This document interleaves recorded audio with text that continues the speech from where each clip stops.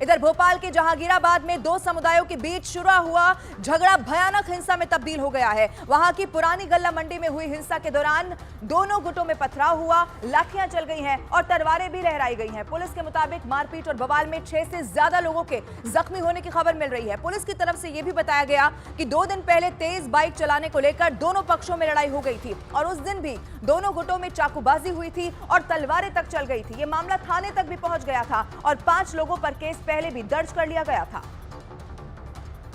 लेकिन उसी विवाद को लेकर दोनों समुदायों के लोग एक बार फिर भिड़ गए। पुरानी गल्ला मंडी में सड़क जंग का मैदान बन गई। एक पक्ष के लोग दूसरे गुट के लोगों पर पथराव करते दिखे। उनके हाथों में तलवार और लाठियां नजर आईं। सड़क से पत्थर उठाकर हमलावर दूसरे पक्ष के लोगों के घरों पर पथराव करते दिखे। आज सुबह 10 बजे करीब एकदम से बवाल की आवाज आई और जब बाहर निकल के देखा तो लोगों के हाथ में डंडे, तलवार, छुरियां एक दूसरे के ऊपर घुमा रहे थे। हमले के दौरान कुछ लोगों ने अपने घरों की खिड़कियों से अपने मोबाइल कैमरे में वीडियो रिकॉर्ड कर लिया, जिसमें दूसरे गुट के करीब 50 लोग हमला करते दिखे। हमलावरों में महिलाएं भी शामिल थी। उनके हाथों में भी डंडे नजर आए। आज यहाँ पर दंगे जैसी जो स्थिति है वो बन गई। दोनों पक्षों की ओर से एक दूसरे के ऊपर पत्थर बरसाए गए, तलवार और लाठी डंडे लहराते हुए लोग नजर आए। गाड़ियों में तोड़फोड़ हुई। घरों की आप हालत यहाँ पे देख सकते हैं। घरों के दरवाजों पर तलवार से हमले के निशान दिखाई दिए।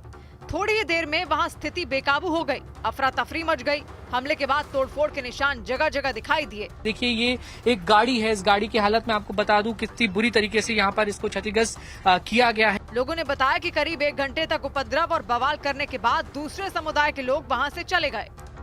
लेकिन इस तस्वीर के सामने आने के बाद पूरे इलाके में माहौल गर्मा गया। बवाल की सूचना मिलने पर भारी संख्या में पुलिस फोर्स भोपाल की पुरानी गल्ला मंडी में पहुंच गई। हालात को संभालने के लिए खुद डीसीपी प्रियंका शुक्ला ने पूरी तरह से मोर्चा संभाल लिया। पुलिस ने यह बताया कि 2 दिन पहले मुस्लिम समुदाय का एक लड़का तेज रफ्तार बाइक चलाते हुए सरदार मोहल्ले से निकल रहा था। उसी वक्त वहां 2 लोगों ने उस लड़के को रोककर उसके साथ मारपीट कर दी थी। जब ये बवाल बढ़ने लगा तो उस लड़के का भाई भी वहां पर पहुंच गया। दोनों गुटों में चाकूबाजी हो गई और उसमें सिख समुदाय का एक आदमी जख्मी हो गया था, जिसके बाद मामला थाने तक पहुंच गया था। भोपाल के जहांगीराबाद थाने में 5 आरोपियों पर केस दर्ज किया गया था। उसमें 3 आरोपियों को गिरफ्तार भी कर लिया गया था। 2 आरोपी फरार चल रहे थे। लेकिन पुलिस की जांच के बावजूद सरदार मोहल्ले के नाराज लोगों ने इकट्ठा होकर उस हमलावर के घर की तरफ धावा बोल दिया, जिसने चाकू से हमला किया था। लोगों ने ये बोला कि गल्ला मंडी में जितने भी मुसलमान हैं सबको खाली करवाएंगे और अब तो हम मारेंगे, जबकि लड़ाई दूसरी जगह हुई है। यहाँ की कोई बात ही नहीं थी। गल्ला मंडी में रहने वाले लोगों ने दावा किया कि सरदार मोहल्ले के लोगों के हमले में 6 लोग घायल हो गए। मेरे भाई को भी तलवार लगी है, मेरी फूफी की लड़की है उनको भी पत्थर लगा है, 4-5 लोगों को मारा है। जबकि सरदार मोहल्ले में रहने वाले लोगों ने आरोप लगाया कि हादसे की परवाह किए बिना उनके घरों के सामने से तेज रफ्तार में बाइक दौड़ाई जाती है। 2 दिन पहले भी उनके बच्चे मोहल्ले की सड़कों पर खेल रहे थे। उसी दौरान तेज रफ्तार बाइक दौड़ाते हुए मुस्लिम समुदाय का लड़का वहां से जा रहा था। हादसे के डर से उसे टोका गया तो वो भड़क गया और विवाद बढ़ गया।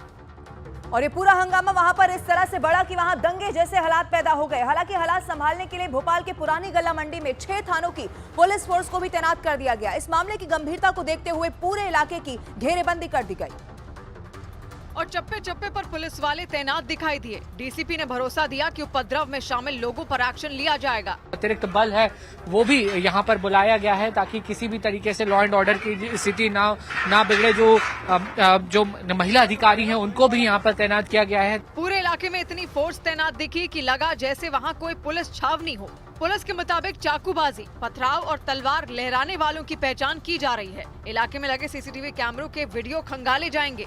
डीसीपी ने हालात को काबू में होने का दावा किया।